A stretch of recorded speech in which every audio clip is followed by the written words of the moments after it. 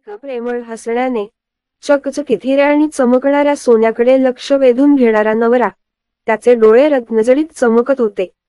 त्याने आपल्या पत्नीच्या गळ्यात ते हार घातले आणि कानातले ठीक आहे, कदाचित तिचा फक्त चेहरा, चित्र काढले. लटकन विकत घेताना त्याने आपल्या रोमॅन्टिक बोलण्याचा सराव केला, एखाद्या प्रेमभंगाच्या पिल्लाप्रमाणे शब्दांवर फटकून. हा नवरा त्यावर अंगठी घालणार आहे हे जाणून दुकानदार हसला आणि आशा आहे की घरी जाताना स्वतःच्या पायावर ट्रिप करणार नाही. बायको तिच्या नवीन सोन्याच्या फायनरीमध्ये चमचमीत आणि प्रकाशाच्या मानवी सूर्यप्रकाशात चमकली. तिने एक पोज मारली. तिची चमकणारी नजर त्याच्या हृदयाला छेदत होती. तो दमला.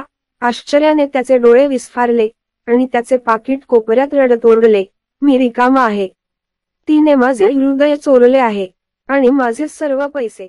बायकोची बोबडी चकचकीत ते राक्षसी झाली. गडद शक्तींनी पछाडलेल्या तिच्या चमकदार ॲक्सेसरीजने तिला पती भुकेल्या भयपटात बदलले.